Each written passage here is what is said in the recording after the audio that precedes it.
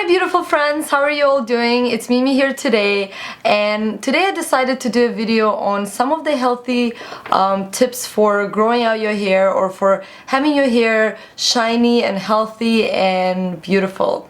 I've been getting a lot of requests from our subscribers to share what kind of things I do to my hair, what kind of things I don't do to my hair or avoid doing. So I thought, I could just do a video sharing everything, and if it can help anyone, that's great. I don't think my hair is super healthy, but compared to what it looked like about 2 years ago, it's a lot healthier. And I sincerely think it's due to the certain things that I've been doing differently, certain things that I've been following, or a change in the diet. So I'll just share some of these tips, and I hope they're gonna help you as well. So one of the first main things that I've changed or that I've started doing in the last couple of years is I started getting regular trims. So every 2-3 months I'll go to my hairstylist and I tell her to cut about 1/2 inch to 1 inch of my hair. Now a lot of you girls are probably thinking, well, how am I ever gonna grow out my hair if I'm gonna get a cut every 2-3 months? But on average, hair grows about 1/2 inch a month. So if you cut it every 3 months, just about 1/2 inch, you still have a whole inch, or about that length. Some people grow hair even faster, so it's roughly about 1/2 inch a month. So getting it trimmed about every 2-3 months is gonna make sure that you get rid of all the damaged hair, all the dry hair at the end, so your hair won't tangle as much. It'll be shinier, it'll be healthier, it'll be so much fresher.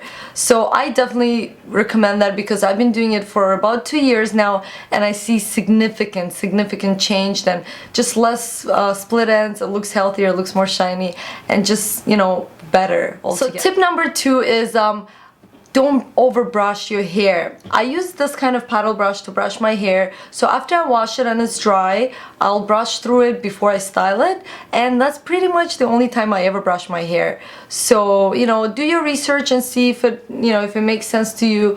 But most hairstylists say that overbrushing your hair is not good because it creates more damage and more split ends. As you brush your hair, you'll just you'll create more split ends.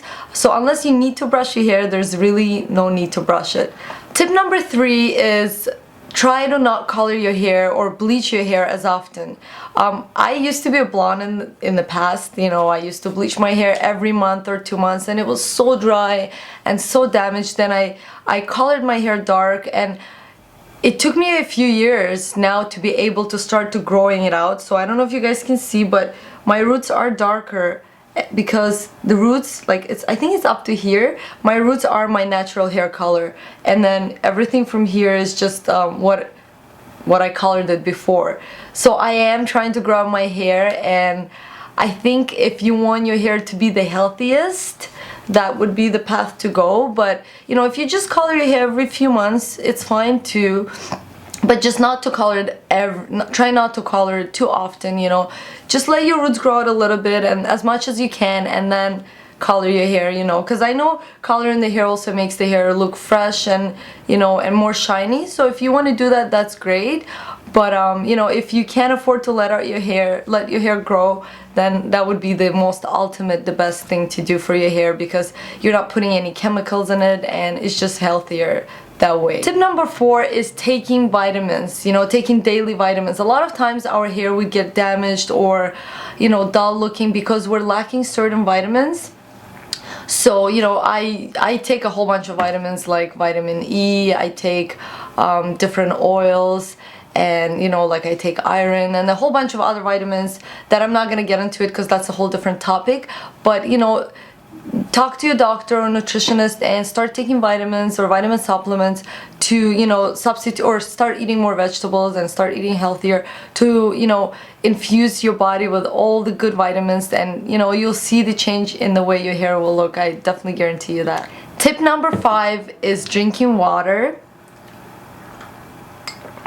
and getting enough protein, because our hair is pretty much water and protein. So if you want your hair to be shiny, you have to drink enough water. How much is enough water? Usually they say it's about 8 glasses of water. I mean, it varies for different person depending on how tall, short, and just depending on how your body works. But usually roughly it's about 8 glasses of water a day that you need to get you know, in your system so that you're completely hydrated.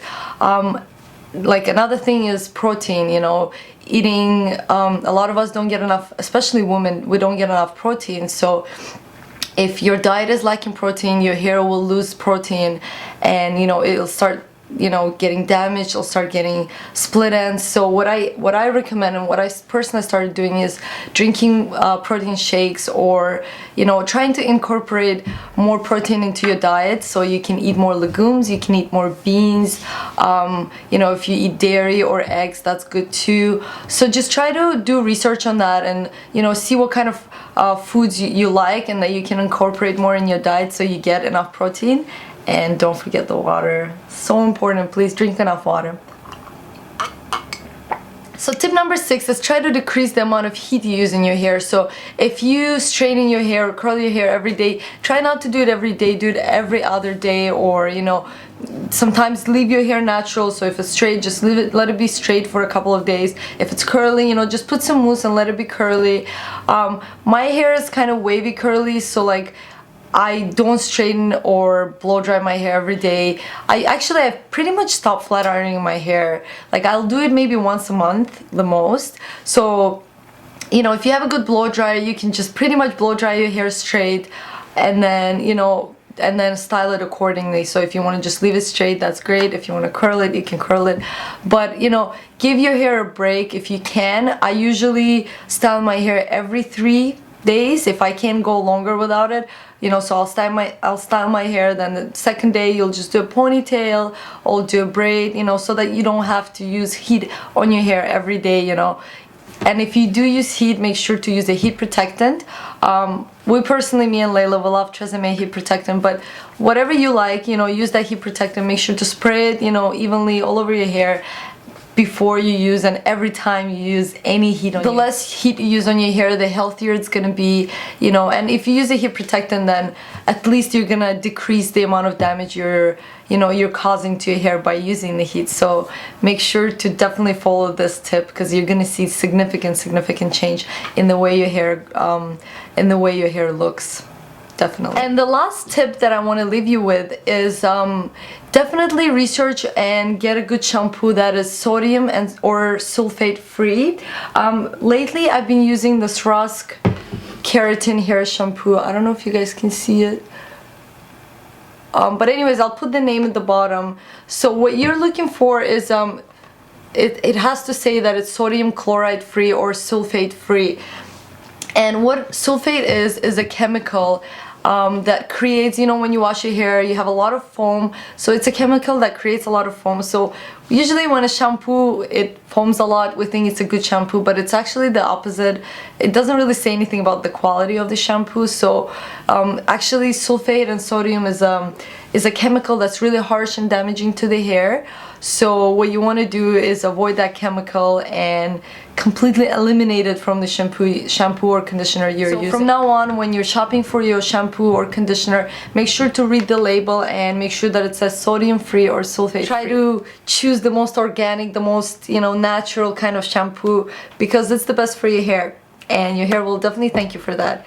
That's pretty much it. Those are all the tips that there's not a lot of tips, and most of them are basic. And you know, I'm not saying that, you know, I invented these kind of tips. I read a lot of magazines and I do a lot of research on how I can better, you know, my body and my hair. So these are just some of the things that I found or heard from my friends. If you guys do have some other tips, definitely share it in the comment box below. I will definitely appreciate it, and I'm sure other people that will watch this video will also appreciate your tips. So if you have something, definitely share, and I hope you enjoy watching my video, and I love you guys, and I'll see you soon. Bye.